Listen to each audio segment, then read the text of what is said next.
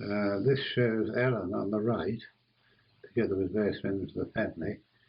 He had married Josephine, a few days after meeting her at a party, which I invited him to in Harrogate, just after he was demobbed. This is of Mavis Gibbs, who was at the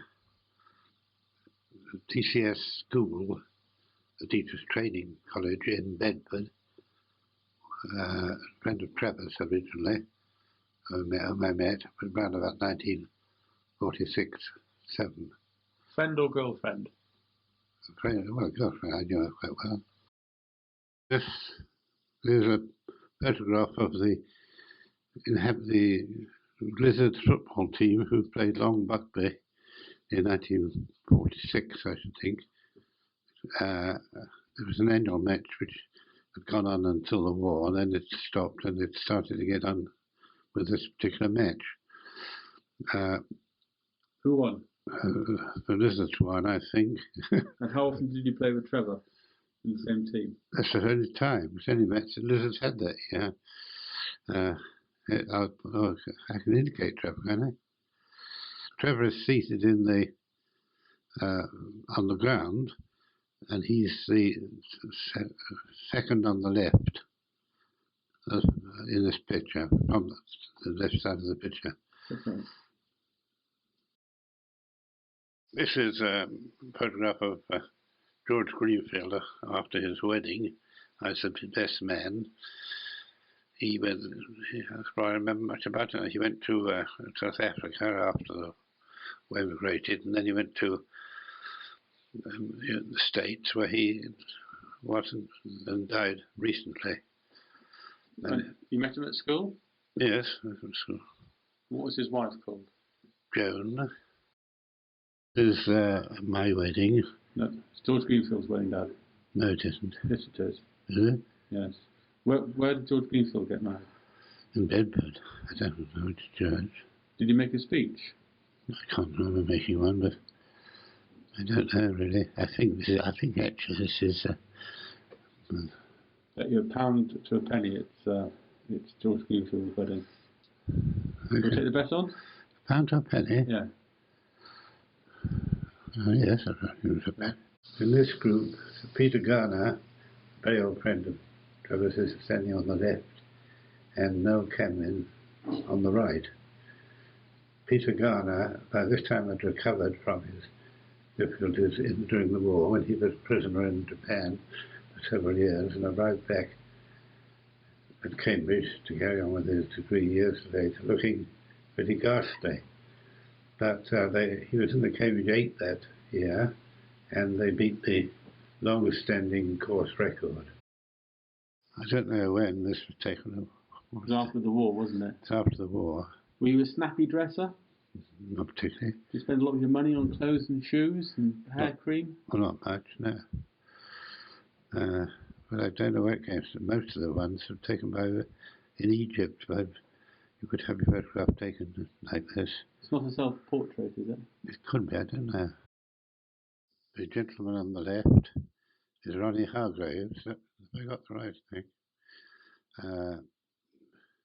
This was taken, I think, at Malta. Where did you meet Ronnie? Oh, on one of these, after the war, on these reserve things. He was a bank manager in Altrincham. This was taken on one of the reserve call-ups after the war. One of them was in the east of the country somewhere, I've forgotten where. And this one, I think, was in Malta. What were you training for? For war against the Russians? Well, just keeping in training in case there was a war against anybody, I suppose. And how long did you stay in the reserves for? Well, it went on until, I think about 4 or 5 years, and then they were discontinued. This was my second car. Before that, I had a Jarrett 2-seater with a dicky open, which would have been about a 1925 model, I suppose. This was an Austin 7, which was a very superior car compared to the Jarrett, which was rather a vintage car would be now. But it ran very well. I paid 50 quid for it. Top speed? Top speed, well, you could cruise on at 40 all day. And top speed, if you went flat out down a hill, might be 60, but I doubt it. And how far afield did you go? Well, I had it all over the place. I did to go down to Bournemouth quite a bit. Used to drive back to Bedford, and then back to Bournemouth. Did you have it when you were in Cambridge? No. Well, you can't have a car. Well, I could have had it in Cambridge, I suppose, but it's rather difficult to have a car in Cambridge unless you're from Woolwich or Sandhurst. There's a hockey match, the Bedford Drones, I think it is, which was a sort of mixed team which had matches every so often. I don't know who it's against. Waverley. I don't know who those are. Which are you best at, hockey or rugby? Or rugby. I knew more about rugby than hockey. My brother Trevor was a very good hockey player, played for the county. Which county? Bedfordshire. I played once or twice for them. For Bedfordshire? Yes. At what age? Well, after the war, when they were short of people. So you actually played for Bedfordshire, right, at hockey? Yes. But you're county cap? Well, I only played in one match. That's good enough for me. I played when Trevor couldn't do it. Did you win? I can't remember.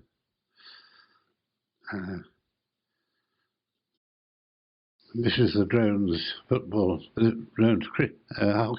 hockey team.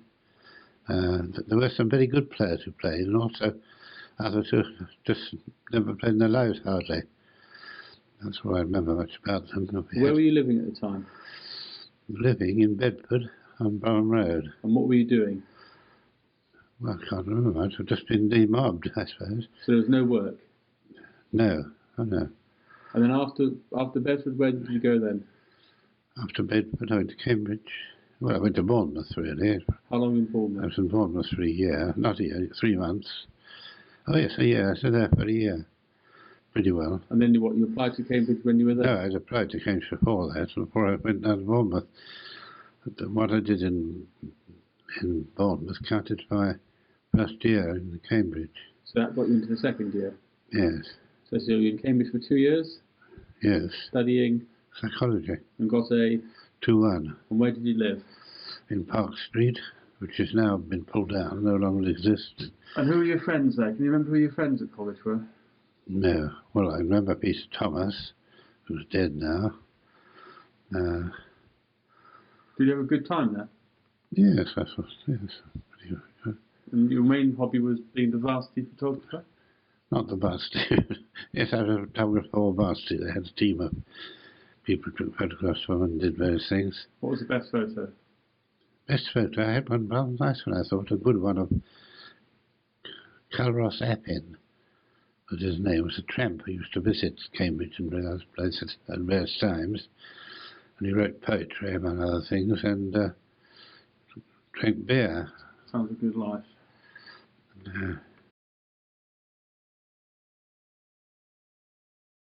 Is it true you got a first class honours degree? Yeah. And then I did teacher training. Where? Because I'd signed on for teacher training, so I was compelled. Yes. And then I got a Dr. Samuel Williams scholarship to do 2 years of research, and I was given the subject of the Welsh woolen industry. And why on earth did you go to Aberdeen? Well, I was looking for a job and I didn't want to teach. And I saw this job, research fellowship, and I thought, well, I'll put in for that. How did you get there? By train. Must have taken all day. Yeah. Oh, you know, not much different from now. You've got to train to London, and then you've got to sleep overnight up to Aberdeen. Right. I was there for 3 years. And what are your impressions of Aberdeen? Oh, I was very happy there.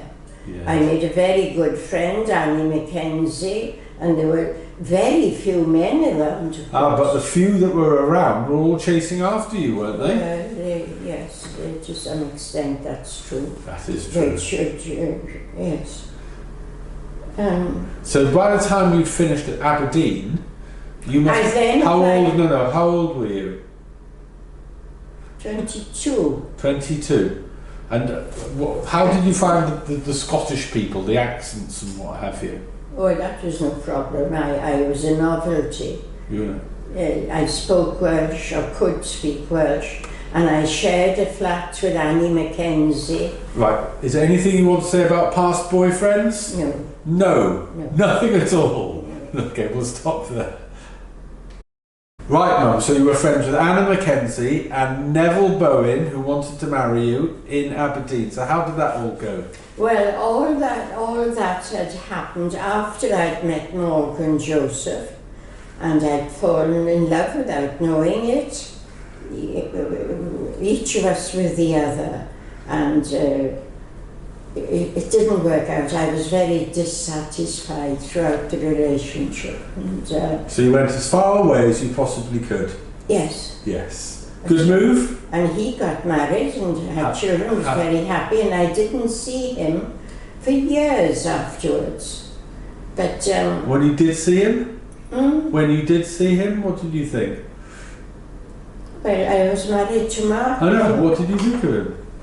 Did you think he was a good Well, I chap? was shaken, very badly shaken, but no more than that. Our lives had diverged. I'd like to say, on behalf of my siblings, we're very, very grateful that nothing came of that.